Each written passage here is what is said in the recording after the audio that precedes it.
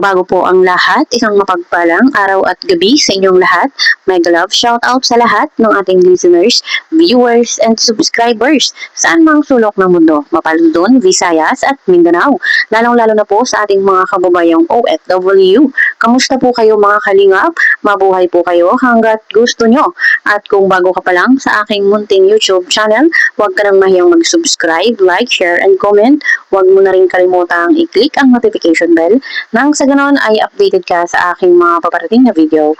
At syempre, patuloy po nating suportahan sina Kalingap Rob at ang ating ama ng Kalingap, ang nag-iisang founder, si Kuya Val Santos Matubang. Kung maaari po ay no skip ads, nang sa ganon ay mas marami pa tayong malingap na nangangailangan. At konting paunawa po kung maaari ay tapusin nyo muna ang kabuwang video nang sa ganon ay akma ang inyong mga komento. At yun na nga po mga Kalingap, at nabanggit nga po ni Kalingap Rob na si Kalingap Edu ay hindi na ilalove team at hahayaan na makahanap ng mapapangasawa. Good news po ito mga Kalingap, at talagang si Kalingap Edu ay nasa wastong edad na.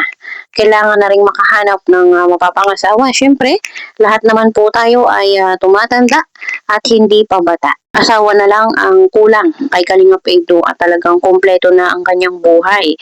Ano pa ba ang hahanapin? Meron ng mga ari-arian, may bahay, may lupa, maraming na-invest. Talagang asawa na lang at anak ang kulang. Kung ating iisipin ay talagang matindi yung mga pinagdaanan ni Kalingap Edu sa mga naging ka-love team niya. Sa tatlo niyang naging ka-love team, kung hindi nga po ako nagkakamali, ay talagang nagkaroon siya ng attachment. Kahit po sabihin na lalaki si Kalingap Edu, hindi po mawawala na kahit pa paano ay na-attach siya doon sa mga babaeng naka-love team niya. Siyempre, bilang viewers or supporters ay umasa tayo na isa doon sa mga naging ka-love team niya ay makakatuluyan niya, lalo na po itong huli ang EDC. Maraming umasa, maraming nasaktan at talagang maraming naiyak. Pero ganun talaga, kasama po sa buhay ang talagang masaktan. Ito ang magiging sandigan natin para tayo ay maging matatag at malakas. Kaya po okay lang na masaktan pa minsan-minsan dahil ito po yung magpapatatag sa atin. Kaya kung sino man yung mapapangasawa or makakatuluyan ni Kalingap Edu ay swerte. Alam po natin si Kalingap Edu, napakabait po niyan. Talagang ayos na ang magiging buhay ng kanyang mapapangasawa at syempre ng kanilang magiging anak. Secured na kumbaga. Kaya po para sa akin ay okay na wag nang i-love team si Kalingap Edu. Kung sakali nga po na ilalove team pa ulit siya. At nabanggit din naman po ni Kalingap Rob na hindi na po ilalove team si Kalingap Edu. At hahayaan na niya na makahanap ng mapapangasawa. Kaya goods po yung naisip ni Kalingap Rob. At alam na alam po natin yung pinagdaanan ni Kalingap Edu dito nga po sa mga naging ka-love team niya. Talagang stress na stress yung kanyang naranasan, lalo na po dito sa last kay VNC. Kaya goods na goods po para sa akin na wag nang i-love team si Kalingap Edu at mag-focus na lang sa pag-charity. Kaya po kung sino man yung mapapangasawa or mahahanap, maiibigan o mapupusuan ni Kalingap Edu, talagang swerte dahil po napakabait ni Kalingap Edu. Kaya abangan po natin at intayin ang araw na magkakaroon na ng katuwang sa buhay si Kalingap Edu. Talagang excited po tayong lahat na makilala or matunghayan. Kaya po siguro ay kulang lang din sa panalangin si Kalingap Edu para ibigay ng Panginoon yung babaeng mapapangasawa niya. At syempre makakasama sa hirap at ginhawa. Elsa, kung sakaling sabihin ko to sa kanila, kasi hindi ko na po talaga kaya. Hindi ko na kaya ang lahat ng mga sinasabi nila sa'yo. Unang-una mga Kalingap, si Eds po, ang pagkakilala ko sa kanya ay sobrang bait, matulungin, mapagmahal sa mga kasamahan, maalahanin, higit sa lahat mapagbigay mga Kalingap. Pangalawa, si Eds yung tipong madaling lapitan. Siya yung taong pag sinabi mo sa kanya is hindi kanya matitiis. Si Eds yung tipong kaibigan mong ipaglalaban mo dahil nasa kanya po ang tunay na mayroong pusong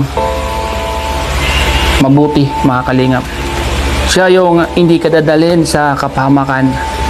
Siya yung magtuturo sa iyo ng mabuting asal.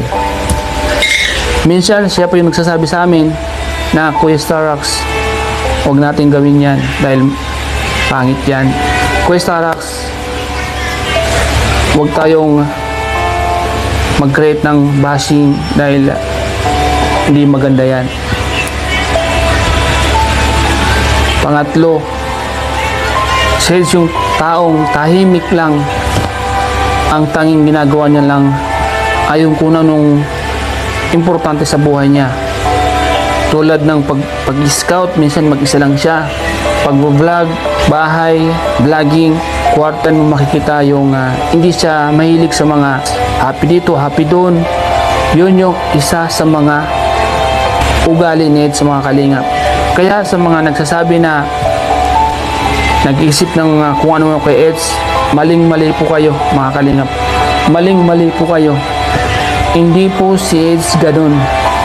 Kung siya po ay makikilala nyo lang sa personal, baka isipin nyo, sorry Kalingap Edo dahil masama po yung naisip po sa'yo, which is hindi ka naman po ganun pala.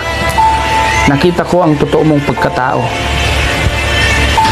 Pag ikaw po ay nakikita ni Eds, lalo po sa aming mga kasamahan niya, pag alam niya po na medyo kami ay nangungulilat or mababa or naiiwan, yun po yung isa sa mga tinututukan niya.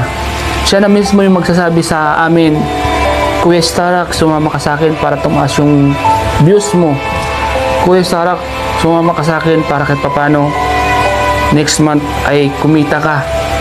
Kuya Starax, i-vlog mo ako. Kuya Starax, bibigyan kita ng content. Ganun po si Eds kabait mga kalingap. Kaya sa mga nag-isip sa kanya na masama ang ugali niya, nagkakamali po kayo. Sa mga nag-isip sa kanya na siya po ay involved sa iba-ibang iniisip ninyo tulad ng mga sinabi, si Eds po ay napaka tahimik. Siya yung taong marespeto mga kalingap. Yung iniisip mo sa kanya ay hindi niya po yun magagawa dahil isipin niyo po mga kalingap, marespeto, magalang, mapagmahal sa magulang, mapagmahal sa kapatid, mapagmahal sa kapwa, matulungin,